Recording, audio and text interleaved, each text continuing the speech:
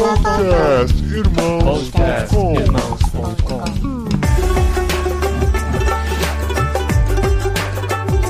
Olá, pessoas!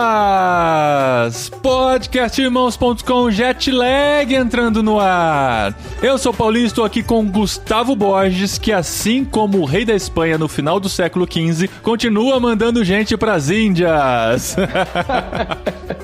Eu sou o Gustavo e hoje eu tô aqui com a Rebeca, que diferentemente de Cristóvão Colombo, chegou às Índias Orientais.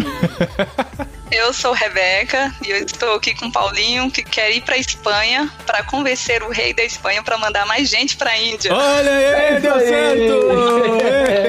Amém, amém! A primeira abertura combinada do podcast Irmãos.com e do Jetlag. Fizemos uma abertura nerd. Muito bom, gente, que legal. A gente tá aqui com a Rebeca, nossa amiga, que está na Índia, que eu conheci em janeiro no encontro da Tent, então tá tudo conectado aqui. Ela conheceu essa coisa de tent makers por conta do trabalho que a gente já tem divulgado aqui há bastante tempo e está lá na Índia. E é um modelo um pouquinho diferente do que a gente já conversou por aqui, porque a Rebeca, ela foi intencionalmente já com o projeto de tent maker e a gente vai conhecer essa história no Jetlag deste mês aqui de Irmãos.com.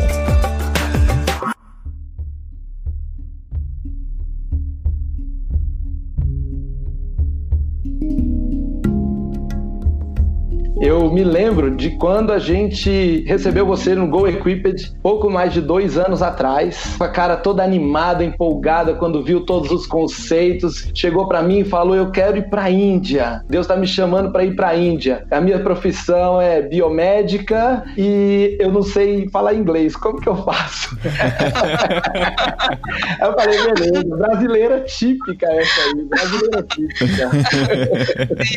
Sim. E olha só que coisa boa, rapidinho a gente arrumou um jeito de aprender a falar inglês. Foi muito legal porque na Tent a gente tem várias parcerias com escolas e instituições, e a primeira tentativa da Rebeca foi fazer um curso aqui no Brasil mesmo, tipo um acampamento intensivo de inglês. E não deu certo porque era tão em cima da hora que já estava lotado o acampamento. E aí a gente foi procurar alternativas fora do Brasil. E eu me lembro que na conversa ela falou: não, eu vou para os Estados Unidos ou eu vou para a Inglaterra, algum outro lugar que eu aprenda a falar um inglês bonito, bem falado. Aí eu falei: mas você quer ir falar inglês na Índia? Onde você tem que aprender a falar inglês? Na Índia. Por mais que o inglês vá ser meio hindi, né? Vai ser meio tremido, mas é o inglês que você vai precisar. Se Deus tá te chamando pra Índia, ele vai abrir as portas. E de fato ele abriu as portas, né? Como é que foi que você foi parar lá a primeira vez, Rebeca? Então, Deus já foi confirmando já há um tempo em relação à Índia. E na verdade, quando eu estava no CBM em 2017 e eu já estava pedindo a Deus para Deus direcionar, né, uma organização para que eu pudesse chegar até aqui, esse lugar, dessa forma que eu sempre imaginei que seria usando a minha profissão, nesse modelo que eu sempre admirei. Você já tinha essa noção, então, Rebeca? Já tinha essa noção, porque minha família trabalha também com esse modelo já há muito tempo no Brasil, aí em Brasília. Então eu já tive essa visão. Eu entrei na faculdade já pensando nisso. Um dia eu vou para fora do país, não sei aonde, e vou querer usar, né, o que Deus deu para mim. Cheguei até a ir para a África enquanto eu estava na universidade fazendo biomedicina, fiz minha monografia lá, minha TCC lá. Então já estava tudo já encaminhado para que eu pudesse um dia chegar no lugar. E foi quando eu entrei no CBM, de cara eu olhei os seminários da Tent, já me apaixonei de primeiro, porque era muito parecido com o que eu já sonhava, bem real, bem realista, direto, assim, uma leveza, assim, totalmente diferente. E eu participei dos 2 seminários e fiquei ainda pouco interessada, mas estava orando. E até cheguei a conversar com o Gustavo lá na cafeteria, quando ele estava lá distribuindo os cafés lá no CBM. Lembro bem. E quando eu descobri que ele morava em Brasília, eu, ai meu Deus, que bom, então quando for eu vou tentar encontrar com você. Mas nesse período eu fiquei conversando, isso foi em 2017, orando e conversando com Deus, né? E foi quando eu fui fazer um curso em janeiro, em fevereiro, em Brasília mesmo, e foi quando eu conheci uma outra pessoa que era ligada à Tent, que estudava comigo, a Ludiana. E foi foi quando ela falou, não, eu faço parte da Tente, eu sou a tradutora da Tente. Então, assim, as coisas já foi começando a linkar. Eu, meu Deus, eu tô aqui em Brasília, o Gustavo é de Brasília, e ela tá aqui. E ela falou assim, em julho vai ter um Go Equipped. E ela logo me passou o contato do Gustavo, e eu comecei a escrever pra ele, já de imediato, e ele, não, me espera que a turma ainda vai surgir. Eu, bem ansiosa, cheguei, acho que foi uma das primeiras a chegar no curso. Participei, foi bem intenso, mas bem interessante esse curso. E eu já saí assim, no segundo dia eu falei assim, eu já tô decidida, eu vou entrar na Tente, porque tinha tudo a ver com o que eu queria. E aí logo eu falei pro Gustavo, e no mesmo momento eles até falaram, né, agora é a nova Tente Maker. E foi naquele momento ali que eu até recebi um brinde, então já era um membro da Tente. A Rebeca é muito convicta, né, Gustavo? É legal isso, né? Já tá decidida já, cara. Não tem essa de, deixa eu esperar, confirmação, não sei o que tem. Não, já vai encaixando tudo, já vai rolando, desenvolvendo. Não, tanto que o curso Go Equipped terminou, acho que dia 2 de julho, e ela tentou fazer o curso de inglês que eu indiquei, que começava dia 15 de julho. Não deu certo, ela já estava procurando outros para começar em agosto. Que dia que você chegou aí na Índia a primeira vez? Eu saí do Brasília dia 2 de setembro. Caramba! Eu tive uma reunião com o Gustavo dia 15 de agosto, foi quando ele falou, Rebeca, eu já arrumei um lugar para você estudar inglês, e até resistindo, eu fiquei falando com ele que eu não queria, ainda fiquei assim, mas eu já tava encaminhando ele, sabe? E aí quando ele falou, já tá aí, você vê, já entreguei, já fiz tudo por você aí. E aí eu fui e entrei em contato. No dia 17 eu já tava vendo toda a viagem, e no dia 2 eu já tava saindo de Brasília, dia 2 de setembro. Então menos 15 dias eu já vim pra cá pra ir. Pessoa decidida mesmo, Paulinho, essa aí eu vou falar. E cheguei aqui no dia 5 de setembro, passei um mês aqui. Que ano? 2018. 2018, o CPM de 2017, outubro de 2017, aí foi esse contato. Em julho de 2018, eu participei do Go Equipped. Em agosto, eu comecei a mentoria com o Gustavo, Go Ahead, e em setembro eu já vim pra cá. Caramba! Pra conhecer a cultura. Ah, tá. Essa primeira ida foi mais pra conhecer, pro teu primeiro contato mesmo e saber mais sobre a escola de inglês onde você ia estudar, né? A minha ideia era dar um choque de inglês nela, porque nas conversas que a gente teve, ela tava assim, patinando no intermediário há vários anos. Você não pode patinar no intermediário há vários anos, você tem que... Não, acho que era ainda no básico. Não, era um básico avançado ou um intermediário básico, né? Não era tão básico quanto ela acha, mas não saía do lugar. Então a minha intenção foi dar esse choque. E outra coisa, quando uma pessoa chega com tanta convicção, eu quero ir para aquele povo, sem nunca ter ido ver aquele povo, eu pensei, bom, um mês vai dar para Deus falar do seu coração, né? Pelo menos assim, amei ou odiei. Pelo menos ela tem uma noção. Só que ela amou, né? Então... Foi. Na primeira reunião, quando eu voltei, né? Eu voltei sozinha. Pra ir, eu fui com uma menina pra voltar. Eu voltei sozinha, já foi um milagre, né? Encarar o inglês, passar todinho. E aí, quando eu tive a primeira reunião após essa viagem, aí o Gustavo já tava assim, ai meu Deus, eu tô morrendo de medo que eu inventei essa viagem e você não gostou. Eu, traumatizou não, a menina, eu né? Gostar. Eu quero voltar logo. Mas aí, como é que foi essa primeira experiência? Antes de a gente contar a segunda, que é o que você tá vivendo agora. Nessa daí que você foi com uma outra pessoa, é isso? Nesse primeiro mês? Isso. Eu cheguei aqui como turista. Eu pensei assim, eu tenho que conhecer mais essa cultura. Então eu praticamente mergulhei aqui. Depois de alguns dias, 15 dias, eu já estava fazendo as coisas sozinha, mesmo com inglês limitado. Não muito bom, mas eu pegava o transporte só. Era como se eu estivesse já morando aqui durante esse um mês. Porque foi uma viagem muito diferente das outras viagens que eu já fiz com a minha família, ou outras viagens a passeio. Essa não, foi uma viagem já com um propósito diferente para eu conhecer, mas eu mergulhei na cultura. Foi quando eu conheci um pouco mais e fiquei com vontade de voltar. Você tinha expectativa, claro, né? Já é impossível não criar expectativa. Essas expectativas foram correspondidas, foram diferentes ou foram melhores do que você esperava? Acho que foram melhores que eu esperava. Acho que uns dias antes eu tava bem ansiosa. Meu Deus, pra que eu inventei isso? Meu Deus, eu tinha que estar melhor com o meu inglês. Ainda eu fiquei um pouco assim, ansiosa. curiosa, senti um pouco, porque é muito diferente. Aqui, quando você chega, é um país muito diferente. Por mais que eles são, o jeito deles é um pouco parecido com a nossa, no sentido deles se relacionarem, mas na hora que eu cheguei, eu já vi assim, meu Deus, eu tô realmente na Índia. Eles usam aqueles trajes típicos, você vê isso naturalmente, as placas todas na língua deles, então assim, é muito diferente. Mas eu achava que eu não ia me adaptar. Eu falei, meu Deus, como vai ser ainda com o inglês? Depois de uns 15 dias foi quando eu já estava bem envolvida, que até para poder ir embora eu já estava sentindo falta do povo, já senti saudade, né? Então, realmente, que legal. Eu gostei do período que eu passei aqui. Aí você passa um mês lá e volta pro Brasil no finzinho de 2018 para passar um ano no Brasil fazendo o quê? O que você fez durante esse ano de preparo para poder ir de mudança de vez pra Índia? Então, eu cheguei, né, em outubro, foi quando eu conversei com o Gustavo, a gente dando os preparos. Minha família também estava com alguns problemas de saúde, minha irmã com a gravidez de risco, então foi muita coisa assim que chegou de repente, né? E foi um período que eu precisei ajudá-los, né? E entendi que era tempo de ficar, e era justamente o tempo para me preparar, não somente projeto, mas acredito até em mim mesmo, caráter, no sentido assim, de algumas coisas que ainda precisavam ser resolvidas. E aí eu comecei um tratamento psicológico, foi quando passei um ano com uma psicóloga, ela me preparando em relação a essa mudança que estaria para cá, porque eu sou muito apegada à minha família, mas eu também sempre entendi que um dia eu iria sair. Então assim, foi um tempo que eu fiquei mais próximo da minha família, dos meus sobrinhos chegando, pude ver, tudo ajudando. Aí foi quando eu fui fazer curso de costura, entrei no curso de costura criativa para poder fazer bolsas, então eu sei fazer bolsas com tecidos, laços para as meninas, fui fazer o curso, foi um pouco agitada, então eu falei, meu Deus, não vai dar para voltar ao trabalho, porque falta pouco para poder viajar. Então foi um tempo que eu pude ficar um pouco mais com minha família. Realmente Deus me preparou já, tipo assim, ela já tá saindo, então fica um pouquinho mais com a família. Você falou do seu emprego, né, que você não poderia voltar para ele ou conseguiu um trabalho nessa época. Você deixou o seu emprego para fazer essa primeira viagem para a Índia, foi isso? É porque, na verdade, eu trabalho com a família. Nós temos uma escola, então desde a minha infância eu trabalho com eles. Entendi. E quando foi em 2017... Não, desde a sua infância não, vai pegar mal.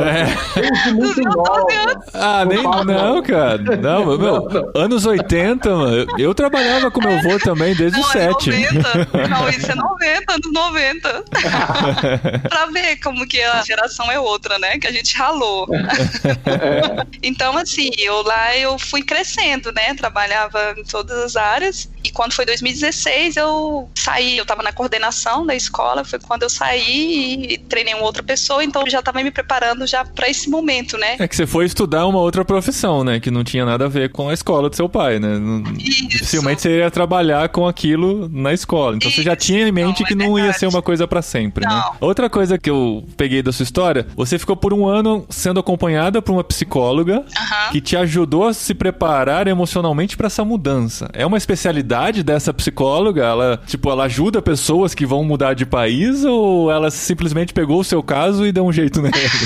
Ela até falou que era o primeiro caso, né, nesse contexto, apesar de que ela trabalha com outras pessoas também que já moraram fora, mas nesse contexto de preparo, praticamente eu fui a primeira, mas foi muito bom. Acredito que vale a pena todos participarem, porque é um momento que a gente tem que nos entender. Tinha momentos que eu falava, meu Deus, eu tô fazendo a coisa certa, meu Deus, será que é isso? Não é a dúvida, mas é a emoção que a gente, quando para assim, a nossa razão agora, tem que entender realmente o que eu estou fazendo. E ela me ajudou bastante, foi um tempo muito bom, assim, que pude entender mais coisas, além do que eu esperava. E é interessante, porque você é uma pessoa bem convicta, né, desde muito cedo, de que Deus está preparando para você, bem decidida e tal, mas ao mesmo tempo a gente tem as nossas vulnerabilidades, então tem que tratar a questão emocional, porque às vezes a gente esconde tanto debaixo de uma casca mais firme, segura, algo que às vezes está machucando e que precisa ser trabalhado dentro da gente, né, então foi legal você reconhecer isso e se preparar adequadamente. Isso foi muito bom pra mim. E Deus deu esse interlúdio entre uma ida e outra de pouco mais de um ano e deu tempo pra você preparar muitas áreas, né? Eu quero só lembrar que neste período você fazia aula de inglês 4 vezes por semana, né? Ela não perdeu o foco. Não foi um mês de choque. Foi um mês de choque, mais um ano de 4 vezes por semana Focada no inglês. Até que a nossa última conversa foi em inglês. Parcialmente em inglês.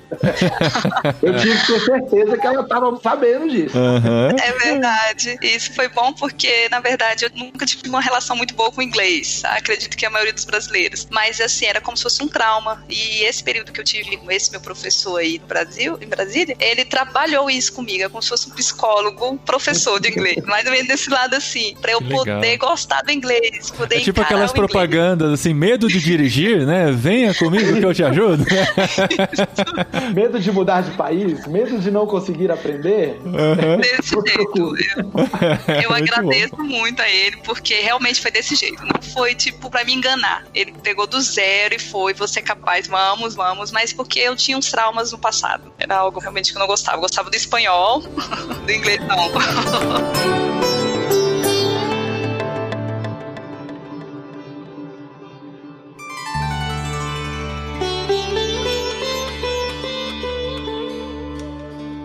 Mas aí chega a sua segunda e definitiva fase na Índia. Não, definitiva não. Tá. Definitiva não. A segunda fase. Tá bom. Ainda teremos a terceira fase daqui mais uns anos, mas vamos pra segunda fase. Tá, eu sei, mas estando na Índia, a ideia é permanecer, né?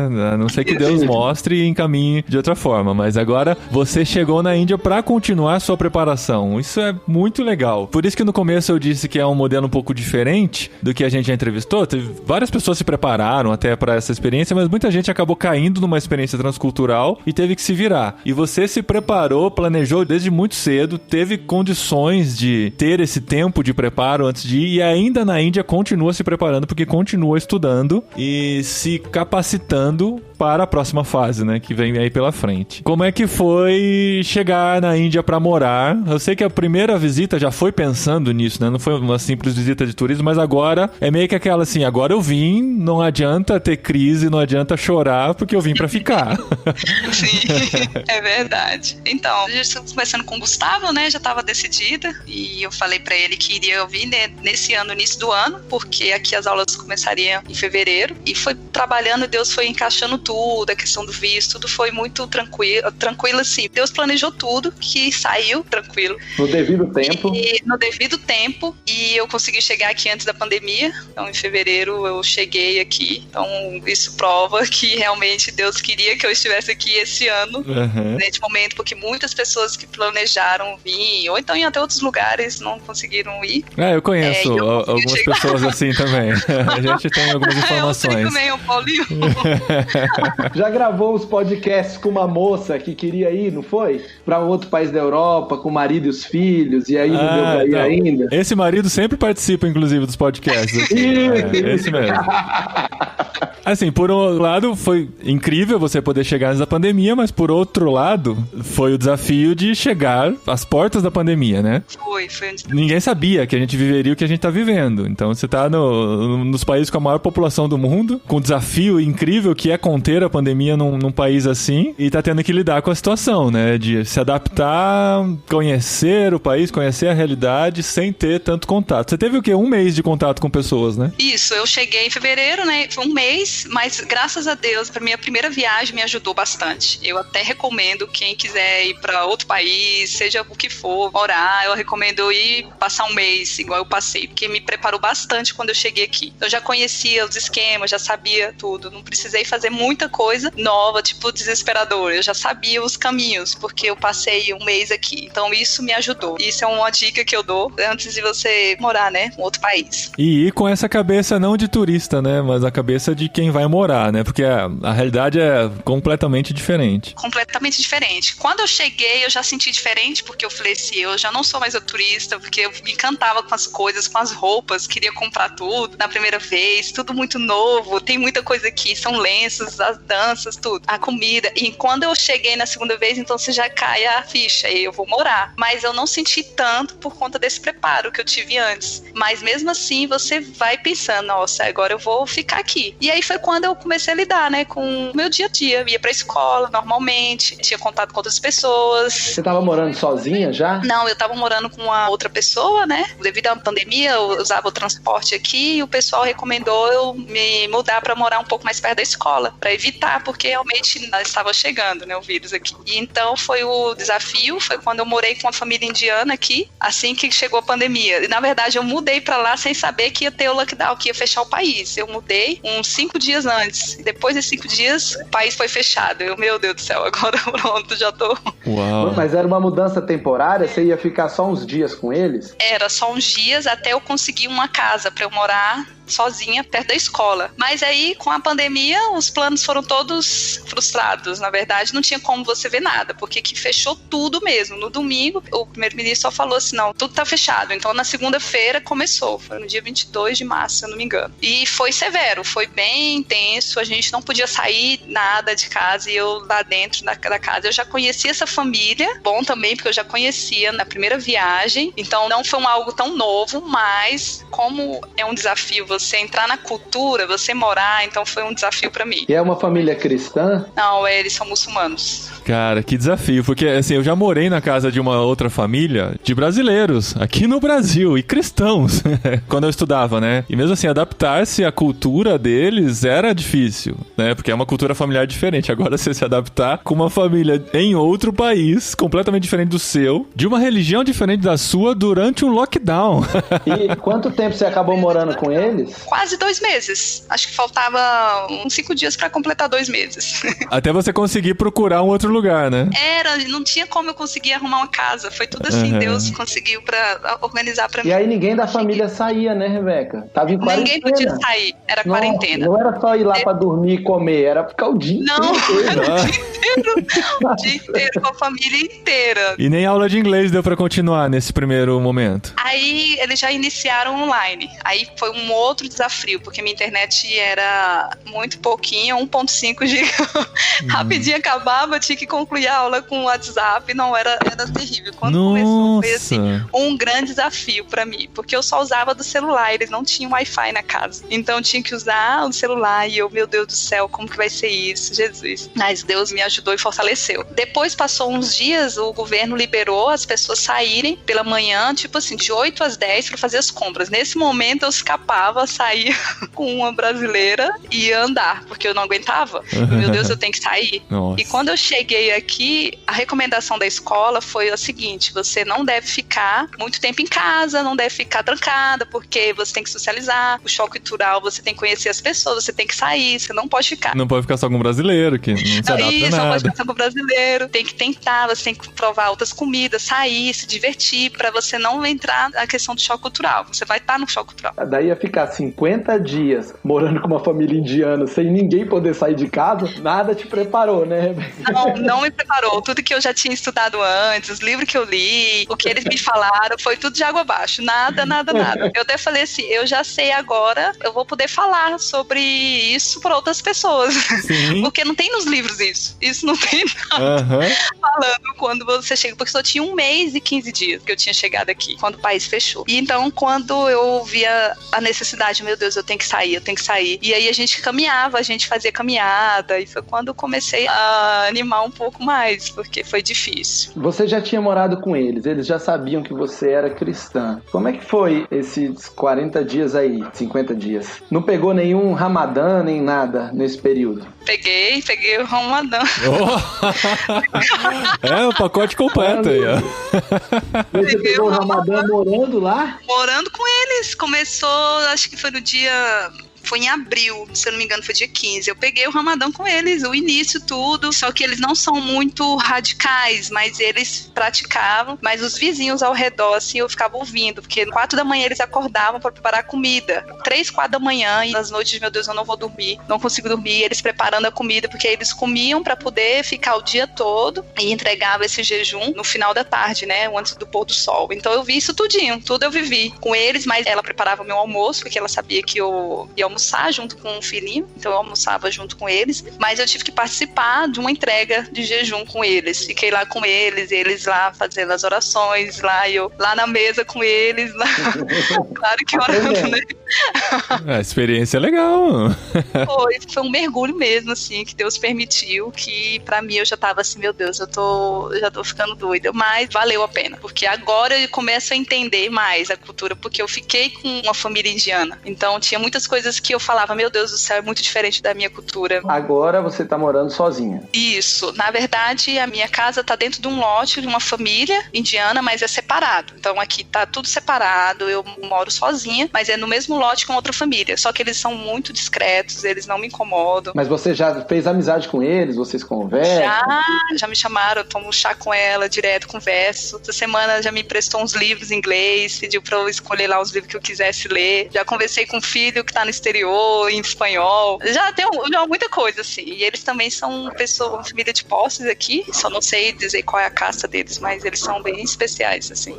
Pelo que a gente estuda, né, de missões e mudança de país, o que geralmente dizem é que o choque cultural chega por volta dos 6 meses, assim, né? Que é mais ou menos na época que você tá. Só que talvez esse choque cultural foi bem antecipado, né? Porque você viveu esses 6 meses bem intensos. O choque já foi de cara. Tipo, foi 1 mês de encantamento e depois o choque já de cara, né? Talvez você já esteja saindo dele e adaptado. Eu me sinto já, tipo assim, como se eu já fizesse parte aqui, porque realmente eu senti essa dificuldade. Uma das coisas que me chocava um pouquinho era a questão da limpeza. Porque o brasileiro já é exagerado, né, com limpeza. Eu acho que é o povo que se preocupou mais com isso, gasta mais produto de limpeza do mundo. Eu acho que é o brasileiro. Porque o que eu já gastei de produto de limpeza aqui. Então, assim, quando eu morei na casa, então eram coisas que meu Deus do céu, e me incomodavam. Tipo o quê? Que, tipo assim, pra eles só varre um pouquinho assim, superficial, às vezes não limpa, é uma coisa assim pra eles normal. Eu acredito que é a faxina profunda que eles não têm. A gente tem essa faxina. E eu cresci muito nessa questão de a gente tinha que fazer faxina, então isso pra mim foi uma das coisas que mais me chocou. Agachar no canto da casa pra limpar o cantinho com escova, essas coisas, né?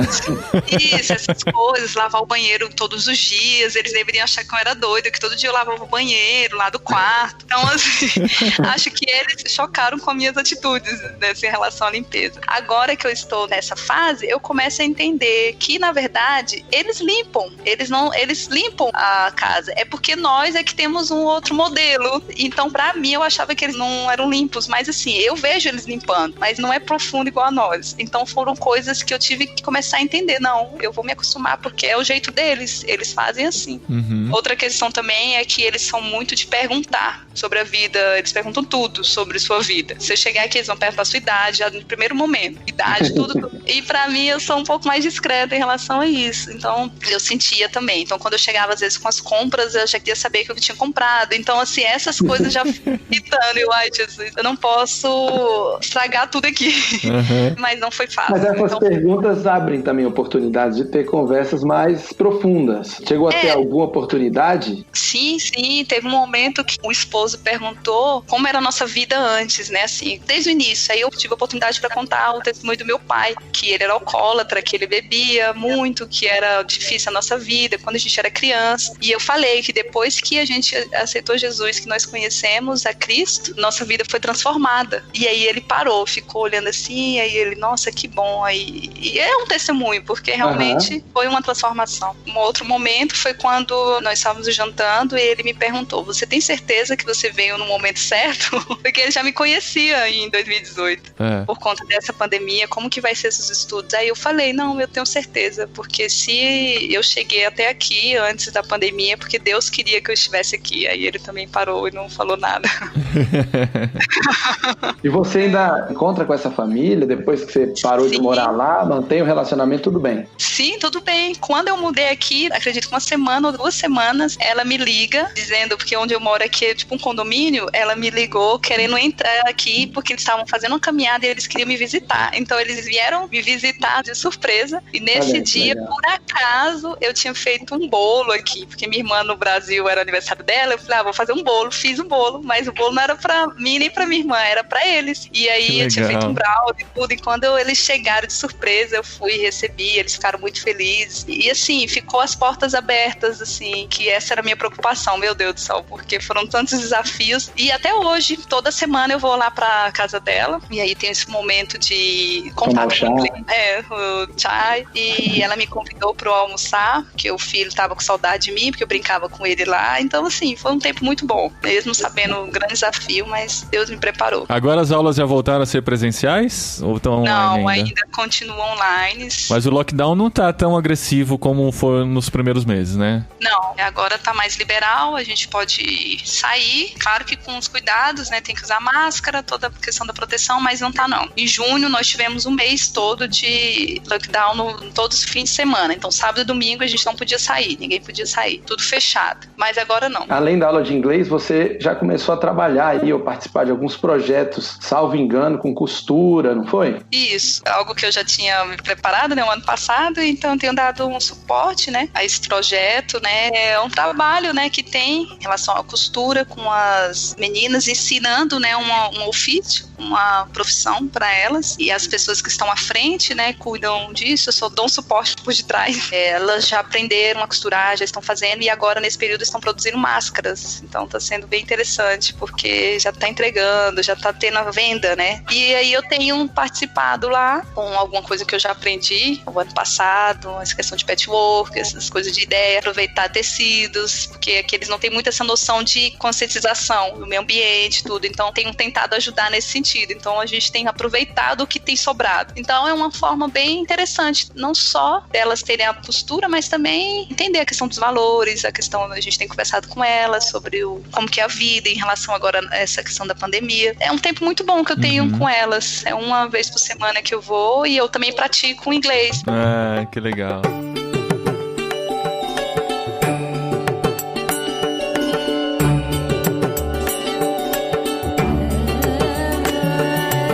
Legal, Rebeca. Agora eu quero saber quais são os próximos planos, né? Os próximos passos aí. Uma vez que você já está na Índia, já chegou, digamos, onde queria, continua se preparando, já está se relacionando dentro do possível nesse momento, mas você está se preparando para quê? O que você espera da próxima fase? Então, o meu sonho sempre, desde criança, era sempre me envolver, né, em uma cultura nova, e quando eu entrei na faculdade, eu já imaginava algum curso, algo assim, para poder entrar e poder trabalhar mesmo, eu ser uma cristã, assim como eu era no Brasil, e poder usar a minha profissão para isso. Nós ainda estamos planejando, porque são muitas frentes, assim, tem a questão da educação, mas também tem as minhas áreas também, que eu sou biomédica e farmacêutica. Então, assim, estamos orando, juntamente com minha família, né, de direção a Deus, mas por conta da pandemia, então, esse período eu perdi as oportunidades de ter contato com as pessoas que trabalham nessas redes. Então, vamos esperar, pelo menos acho que pro ano que vem, não sei, começar a pensar mais nisso. Em que eu poderia trabalhar aqui. Às vezes é algo que eu nem espero,